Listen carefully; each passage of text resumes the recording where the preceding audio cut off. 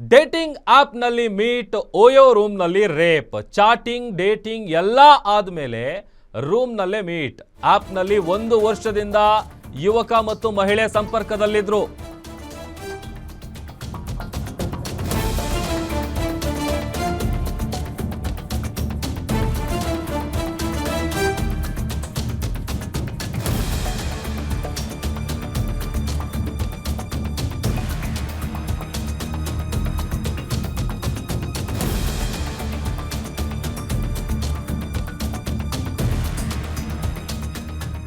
App ನಲ್ಲಿ 1 ವರ್ಷದಿಂದ ಮಹಿಳೆ ಮತ್ತು ಯುವಕ ಕಾಂಟ್ಯಾಕ್ಟ್ ನಲ್ಲಿದ್ರು.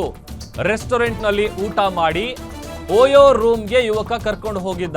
ರೂಮ್ ನಲ್ಲಿ ಯುವಕನ ಜೊತೆ ಲೈಂಗಿಕ ಕ್ರಿಯೆಗೆ ಮಹಿಳೆ ಒಪ್ಪಿಗೆ ಕೊಟ್ಟಿಲ್ಲ. ಹೀಗಾಗಿ ಬಲವಂತವಾಗಿ ಮಹಿಳೆ ಜೊತೆ ಲೈಂಗಿಕ ಕ್ರಿಯೆ ನಡೆಸಿದಂತೆ ಯುವಕ.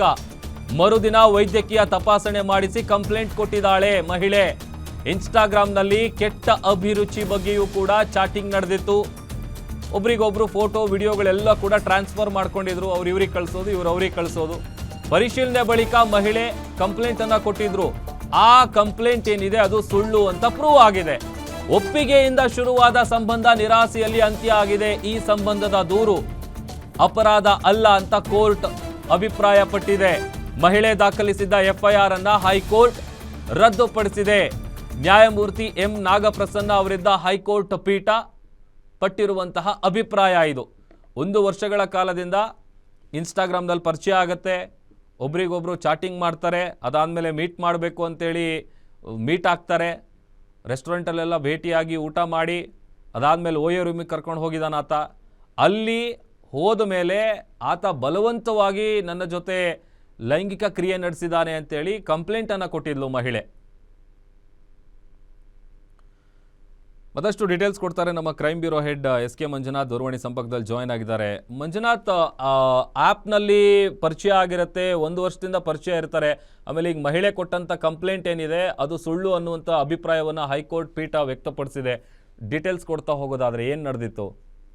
ಪ್ರಭು, ಇಲ್ಲಿ ಅತ್ಯಾಚಾರ ಪ್ರಕರಣ ಒಂದು ಪೊಲೀಸ್ ಠಾಣೆ ಮೆಟ್ಲೆ ಇರುತ್ತೆ. ಅಲ್ಲಿ ಒಬ್ಬ ಯುವಕನೊಂದಿಗೆ ಏನು ಡೇಟಿಂಗ್ ಆಪ್ ನಲ್ಲಿ ಪರಿಚಯ ಆದಂತ ಒಬ್ಬ ಯುವತಿ, ಅವರಿಬ್ರು ಸಹ ಕೆಲವೊಂದಷ್ಟು ದಿನ ಚಾಟಿಂಗ್ ಮಾಡ್ತಾ ಇರ್ತಾರೆ. ನಂತರದ ದಿನಗಳಲ್ಲಿ ಭೇಟಿ ಆಗ್ಬೇಕು ಅಂತಕ್ಕಂತ ಒಂದು ಅಭಿಪ್ರಾಯವನ್ನ ವ್ಯಕ್ತಪಡಿಸ್ಕೊಂಡು ಒಂದು ದಿನ ಭೇಟಿ ಆಗ್ತಾರೆ. ಭೇಟಿ ಆದಂತ ಸಂದರ್ಭದಲ್ಲಿ ಓಯೋ ರೂಮ್ ನಲ್ಲಿ ಅವರಿಬ್ರು ಭೇಟಿಯಾಗಿ ಅಲ್ಲಿಗೆ ಊಟವನ್ನ ತರಿಸ್ಕೊಂಡು ತಿಂದಿರ್ತಕ್ಕಂಥದ್ದು. ನಂತರದಲ್ಲಿ ಅವರಿಬ್ಬರ ನಡುವೆ ಒಂದು ಲೈಂಗಿಕ ಕ್ರಿಯೆಯೂ ಸಹ ನಡೆದಿರುತ್ತೆ. ಅದಾದ ಬಳಿಕ ಆಕೆ ಏನು ಯುವತಿ ಇರ್ತಾಳೆ, ತನ್ನನ್ನ ಡೇಟಿಂಗ್ ಆಪ್ ಅಲ್ಲಿ ಪರಿಚಯ ಮಾಡಿಕೊಂಡು ನನ್ನ ಮೇಲೆ ನಿರಾಕರಿಸಿದ್ರು ಸಹ ಅತ್ಯಾಚಾರವನ್ನ ಎಸಗಿದ್ದಾನೆ ಅಂತಕ್ಕಂಥ ಒಂದು ಅತ್ಯಾಚಾರ ಪ್ರಕರಣವನ್ನ ದಾಖಲು ಮಾಡಿರ್ತಾರೆ.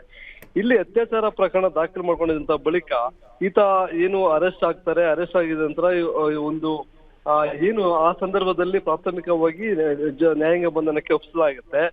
ಈ ಪ್ರಕರಣವನ್ನ ರದ್ದು ಕೋರಿ ಆತ ಕೋರ್ಟ್ ಮೆಟ್ಲನ್ನ ಏರಿರ್ತಾರೆ. ಈ ಸಂದರ್ಭದಲ್ಲಿ ಏನು ಆ ವಿಚಾರಣೆಯನ್ನ ನಡೆಸಿರ್ತಕ್ಕಂಥ ಹೈಕೋರ್ಟ್ ನ ಎಂ ನಾಗಪ್ರಸನ್ನ ಅವರ ಬೆಂಚು ಈ ಇಡೀ ಪ್ರಕರಣವನ್ನ ಗಮನಿಸಿದಾಗ, ಈ ಡೇಟಿಂಗ್ ಆಪ್ ನಲ್ಲಿ ಇವರು ಪರಿಚಯ ಆಗುತ್ತೆ, ಚಾಟಿಂಗ್ ಮಾಡ್ಕೊಂಡಿರ್ತಾರೆ. ಚಾಟಿಂಗ್ ಮಾಡ್ತಕ್ಕಂಥ ಸಂದರ್ಭದಲ್ಲಿ ಇಬ್ರು ಪರಸ್ಪರವಾಗಿ ಏನು ಅವರು ಒಂದು ಚಾಟಿಂಗ್ ಗಳನ್ನ ಮಾಡ್ಕೊಂಡಿರ್ತಾರೆ. ಅದಾದ ಬಳಿಕ ಲೈಂಗಿಕ ಕ್ರಿಯೆಗೆ ಒಪ್ಕೊಂಡಿರ್ತಾರೆ. ಆರಂಭದಲ್ಲಿ ನಿರಾಕರಿಸಿದ್ರು ಸಹ ನಂತರ ಸಹಕಾರ ಕೊಟ್ಟಿರ್ತಕ್ಕಂಥ ಅಂಶ ಇಲ್ಲಿಗೆ ಬೆಳಕಿಗೆ ಬರುತ್ತೆ.